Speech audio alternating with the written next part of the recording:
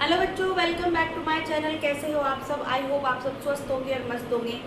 आज हम हमारी सीरीज़ का जो चैप्टर 1 है, चैप्टर 1 के अंदर नंबर सिस्टम पढ़ा, नंबर सिस्टम में नंबर लाइन पढ़ा। मैंने कुछ वर्क दिया, इरेशनल नंबर्स को कैसे आइडेंटिफाई करेंगे, इरेशनल नंबर्स को नंबर लाइन पर रिप्रेजेंट कैसे करेंगे, इतना हम करके आ गए हैं।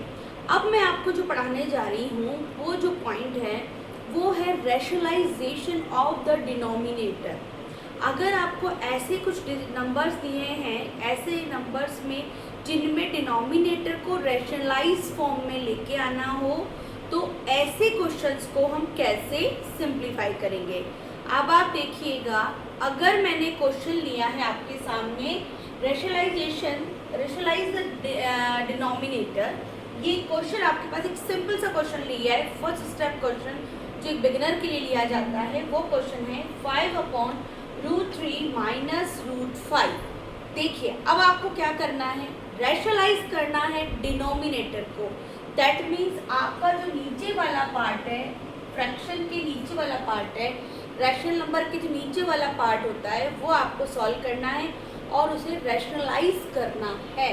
ठीक है, क्योंकि ये इरैशनल फॉर्म में है। √3 itself irrational number, √5 itself a irrational number. Irrational form में है, दैट मीन्स वो इरैशनल डिनोमिनेटर है, इसलिए उसे हमें रैशनलाइज करना होगा।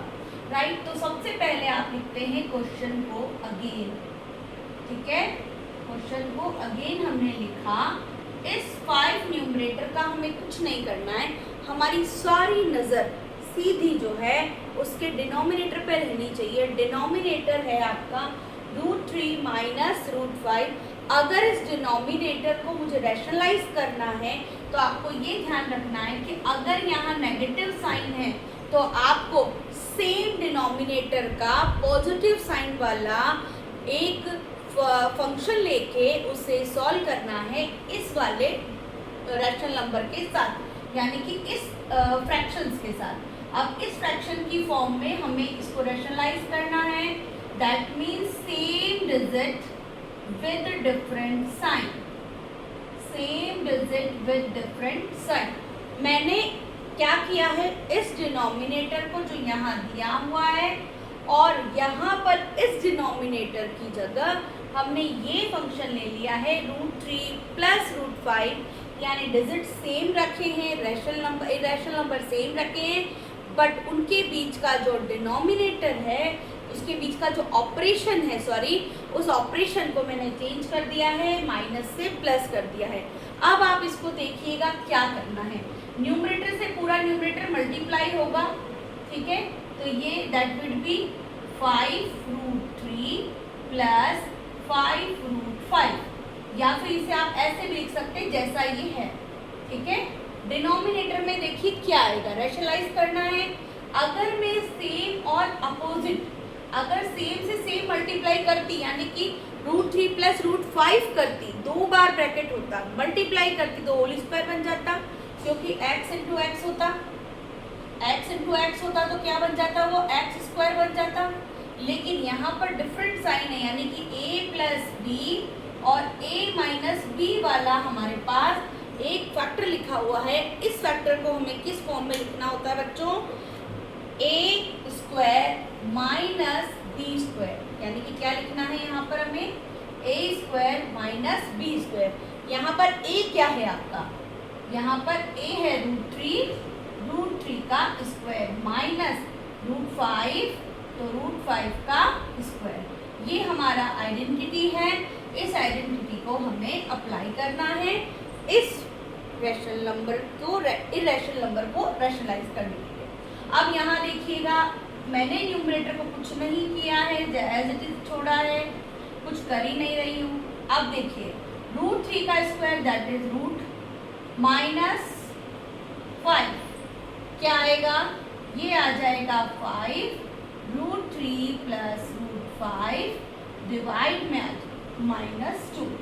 ठीक है, तो ये आपका एक ऐसा नंबर आ गया है जिसे हम रैशनलाइज कर दिया हमने डिनोमिनेटर। रैशनलाइज का मतलब एक इंटीजर डिनोमिनेटर में आ गया है इरैशनल नंबर की जगह पर। अब इसी टाइप का एक क्वेश्चन और लेते हैं। और इस पैटर्न को इस पे स्विच करते हैं, क्योंकि एग्जाम पॉइंट ऑफ व्यू से सॉल्व आपको करना हमने ये सिखाना है और क्वेश्चन हम देंगे पेपर में ये वाला। इस रैशनलाइजेशन के फैक्टर्स के साथ में अब हम कैसे काम करेंगे, अगर हमें ये दिया हुआ है कि √3 प्लस √7 एंड 3 माइनस √7, न्यूमरेटर और डिनोमिनेटर आपके सामने है। यहाँ पर आपको इक्वल्स टू में एक फंक्शन और दे दिया है a प्लस बी √7। अगर इस तरह का आपको कोई फंक्शन, फ्रैक्शन या इस तरह का कुछ आपको टर्म दे दी है तो उस टर्म्स को आप सॉल्व कैसे करेंगे। देखिए पहली चीज राइट हैंड साइड को आप देखिए। अगर ये चैप्टर की हमें नहीं पता होती कि हम इसको कैसे प्रूव करेंगे या कैसे a और b की वैल्यू लाएंगे, तो पहले आपको राइट हैंड साइड में ये देखना है कि यहाँ सिर्फ एक सिंगल टर्म है, यहाँ सिंगल टर्म है, उसकी मल्टीप्लाई में एक इरेशनल नंबर है। दैट मीन्स पहले इस फॉर्म में हमें इसको लाना पड़ेगा, जबकि इसमें एक न्यूमरेटर एक डिनोमिनेटर है। तो पहले हमें क्या करना होगा, इसे इरेशनल से रैशनल फॉर्म में रिप्रेजेंट करना होगा। मैंने आपको क्या बताया, डिनोमिनेटर को पहले same number and different sign के साथ आपको मल्टीप्लाई करना है। ठीक है, कैसे करेंगे, यहाँ पर आपको लेफ्ट हैंड साइड लेनी है। लेफ्ट हैंड साइड में आपको क्या करना है, 3 प्लस √7 अपॉन 3 माइनस √7, नीचे वाले नंबर्स को देखना है और न्यूमरेटर और डिनोमिनेटर को अपोजिट साइन लेके इसको ऑपरेट करना है। ठीक है, यहाँ पर हमने सेम नंबर्स को लिया है और उसके साथ में हमने डिफरेंट कर दिया है उसका साइन एज अ डिनोमिनेटर। यहाँ माइनस था, नेगेटिव से राइट हैंड साइड में जाकर हमने पॉजिटिव बना लिया उसको और पॉजिटिव करके उसको मल्टीप्लाई किया। राइट, ये तो सिंपल सा एक कंसेप्ट है जो याद रखने की चीज़ें हैं। अब इनको इनसे मल्टीप्लाई करना है। देखिए सेम टर्म है, सेम साइन है, सेम टर्म है, x मल्टीप्लाई बाय x, तो x स्क्वायर हो गया है, यानी कि इसका हमें स्क्वायर करना है। ये पूरे ब्रैकेट का जो है हमारे पास में, मैं आपको अलग करके इसको दिखा देती हूँ, नो कन्फ्यूज़न। अब हम अगर इसको ऐसे रिप्रेजेंट करते हैं अलग अलग, तो आपको समझ में आएगा कि ये जो पूरा टर्म है, ये जो पूरा टर्म है, दोनों सेम हो गया, यानी कि 3 प्लस √7 का होल स्क्वायर बन गया। अगर नीचे की साइड देखेंगे तो नीचे की साइड बच्चों क्या हो गया है, नीचे वाली टर्म में आप देखिए कि नीचे वाली टर्म में एक प्लस है और एक माइनस है, यानी कि किसका होल स्क्वायर बन गया, a plus B and a minus B is equals to a square minus b square बनता है। ये आइडेंटिटी हमें पता है।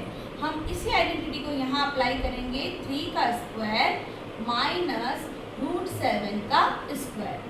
अब इसी को ओपन करना है हमें। आइडेंटिटी नंबर 1, 2 आपको मैंने सारी पहले बता रखी है।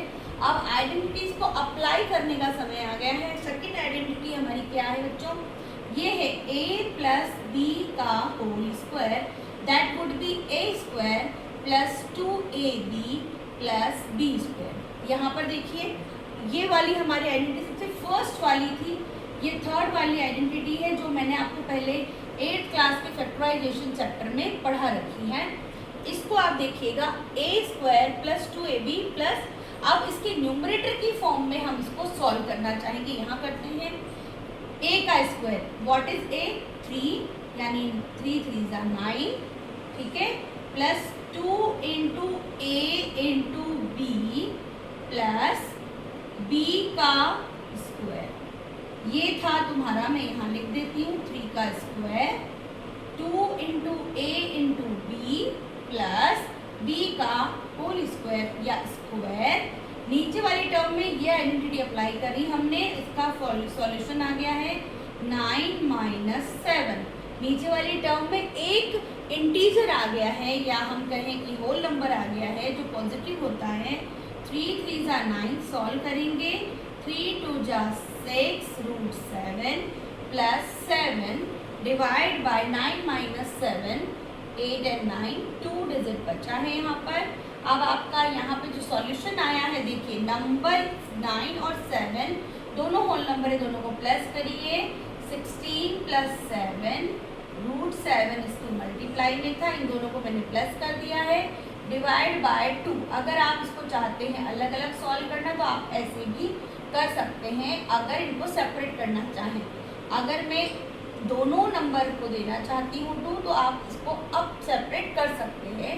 2 से कट हो गया 8 टाइम, 2 से कट हो गया 3 टाइम, तो आंसर वुड बी 8 + 3√7। अब राइट हैंड साइड पे आइए, इसको कंपेयर करिए आप राइट हैंड साइड के साथ।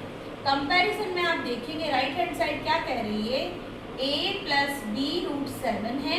यहाँ पर √7 के मल्टीप्लाई में है, √7 के मल्टीप्लाई में है 3 और a की फॉर्म में क्या लिखा है 8। तो अब हम लिख सकते हैं a = 8 एंड b = 3। तो ये हमारे आंसर्स होंगे और इस तरह इन्हें हम सॉल्व करेंगे।